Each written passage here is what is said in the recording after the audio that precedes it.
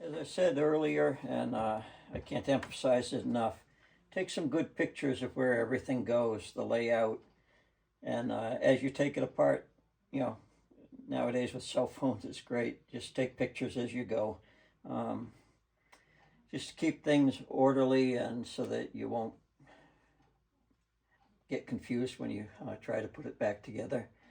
Everything here has been, all these screws have been, I've applied penetrating oil to them, so they should be ready to come off. This one, like I said, it's a little more confusing because I don't have it together, but I do have another machine that was only a few years newer, and I can always refer back to that. Or I can go online and go to the Typewriter database site, which will have lots of pictures of these machines of all different years, so you should be able to find something fairly close to what you have. And it'll either have this is the scientific keyboard, which George Blickensderfer invented, or you may have a foreign keyboard. You know, a British keyboard is a little bit different typically, or French, of course, is quite different. And then some have the QWERTY. So yeah, if you're looking for pictures, make sure, of course, that you have the keyboard that corresponds to your machine. So at this point, what I like to do is I'm going to put a piece of cloth or something down here so that I'm not banging around on this masonite when I have the machine upside down. The first thing I will do is remove this plate here. Typically it would have had one of these on it too to retain the ends of the keys, but in this case that was missing. I had a spare. I find it much easier to take this plate off, remove that retainer, and remove all the springs that are attached to the keys first, and that way nothing is coming up like this and you know, loading up these frames and just making things difficult. So I try to be systematic. Also, during this video, we'll check over the escapement that moves the carriage along, and that's much simpler on this machine than on the later ones. Later ones had more moving parts, but they work better too, so that's the trade-off. And then later ones even had little rollers out here, so it wasn't just riding on the frame, and they were a bit smoother. So, and by the way, the serial number is found in this corner of the lower frame, so, or the main frame. And so I'm going to get a cloth, put it down, and then we'll resume the video. With the machine inverted, all you have to do is loosen these two screws, for this bottom cover here. Some of the machines didn't have this. I think the number 5 and 6 were the only ones that actually had this cover to retain the springs. But some of the other machines were actually secured to a base, a wooden base, so that was a little bit different. So you didn't have to worry about these. The springs themselves just go, one end goes into these little grooves here, and the other end has a hook. And I'll show a close-up picture, but they just hook onto the key itself.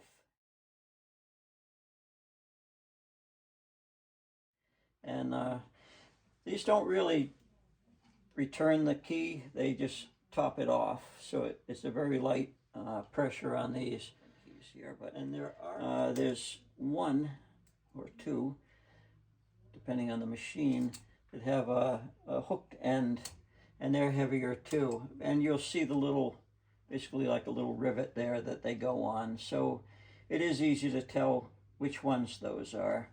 But I'm going to remove all these springs, and then I'll turn it over, remove the combs, and then following that I will just lift the keys right out. It's still best to leave this retainer in place while you're removing the springs and turning it over. It just keeps the keys in place. Just turning this over, a few more keys dropped out because this hadn't been in place. So at this point, it's quite easy. Just remove this top comb. It's just 2 screws. And just like before with the top frame, I'll reinsert the screws so I won't confuse them with different screws. And I can actually remove these now. I can remove all the keys and get them out of the way. These two have a different screw, and I may or may not take those off. I'm not sure yet. I probably will. On certain machines, they can be more difficult. The later machines, that screw is very hard to access. On this one, it's quite easy. It's all exposed because this is an early one. So I will take those two keys off. And those also have springs attached to them. Space bar. You do have to be aware how this goes back into. So, like I said, it's a good idea to take pictures. Like I said, I do have other machines, and that feature is the same as all of them. There's basically a groove down in this frame that goes into. So it's fairly straightforward. And now I am going to take this front comb off, and there we go. That's in pretty nice shape.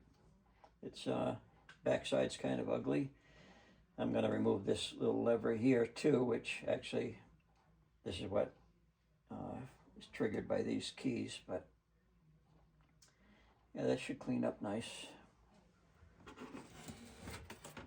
One more spring hanging out.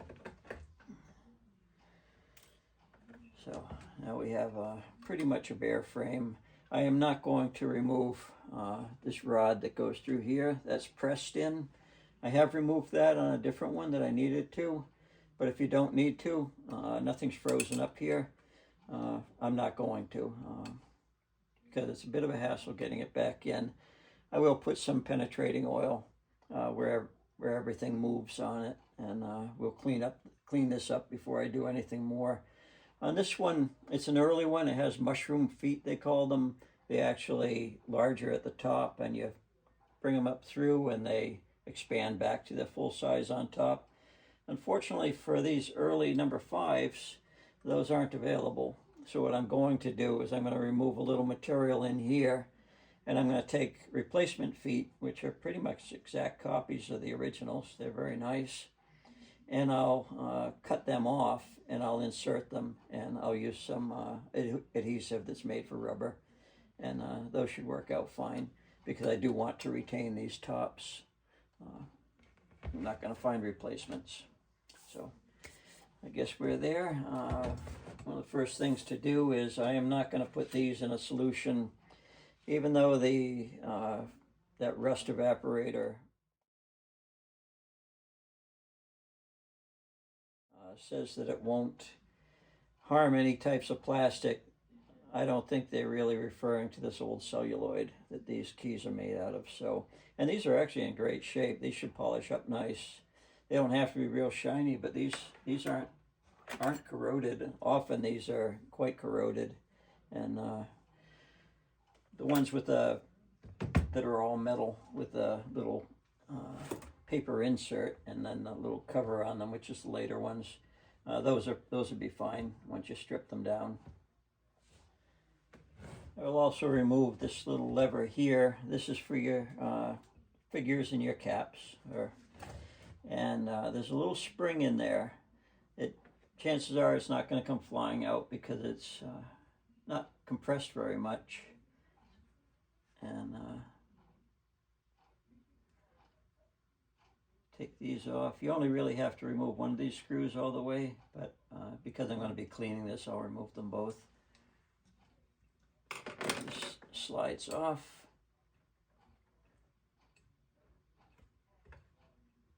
There it goes. I'm just going to keep that screw with it because I want to clean this all up. And then there's the little spring, which I'll keep that with that part also.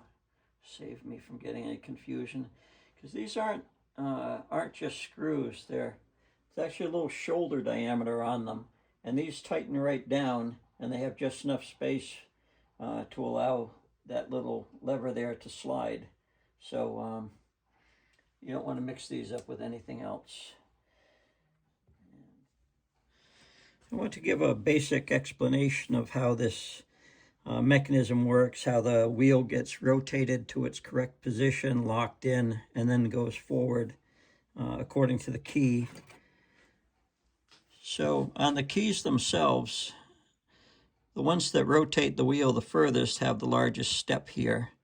This surface hits the first rail that you can see moving, and then the second surface there hits the rear rail, so you'll see that start to move.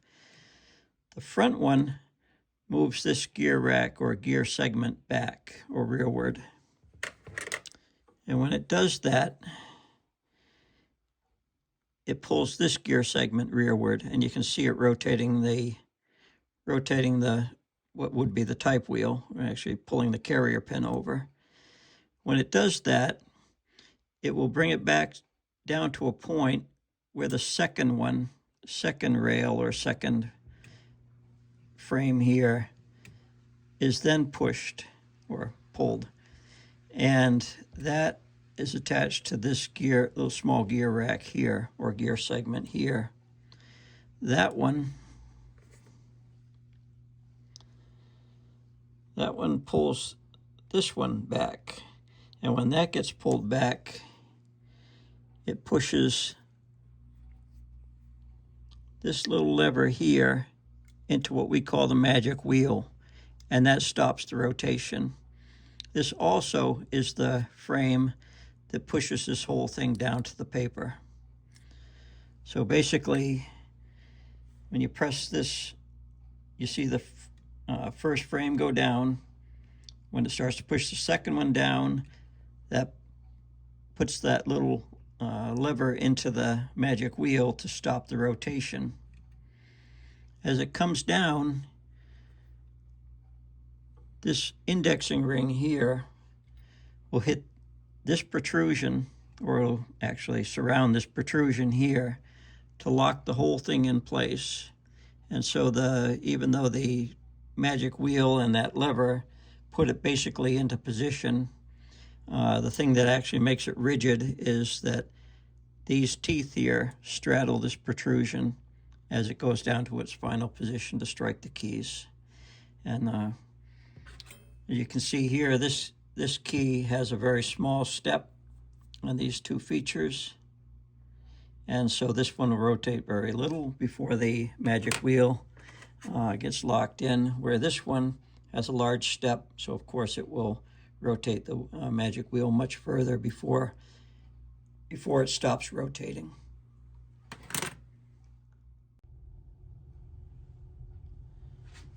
With the top frame attached, you can see that I push down here. You can see that first frame go downward, pulling that gear segment back, and it relates to the gear rack, basically, that actuates the pinion that rotates the wheel until the second wheel or second frame gets pushed on, and then you can actually watch the little lever go into what we call the magic wheel. And when it does that, then it can continue to go forward, and then it strikes the paper. And none of this is adjusted right now because it's just for demonstration. I only have the 4 keys in there, where you can see that the rear only rotates very slightly before the little lever goes into that magic wheel and then rotates it forward. And here you can see that indexing ring goes into position and then comes down and straddles that protrusion. So there's no movement at all. It's very rigid. And also, at that same time, you can see the shuttle for the space bar also moving forward. And when it releases is when this escapement pushes the whole carriage assembly forward to the next position. So another interesting aspect of it is that you can see the whole time that the magic wheel, in relationship to that little lever until it goes forward, which is right there, you can see that it always stays in the same location even though it's off axis. That's the reason for the heart shape of that magic wheel and the curve that it follows. So it's always positioned in a way that it can be engaged. Anyway, that's just a brief explanation of how it functions. I still have to clean the rest of the keys and assemble them, but I just wanted to share that before we went any further.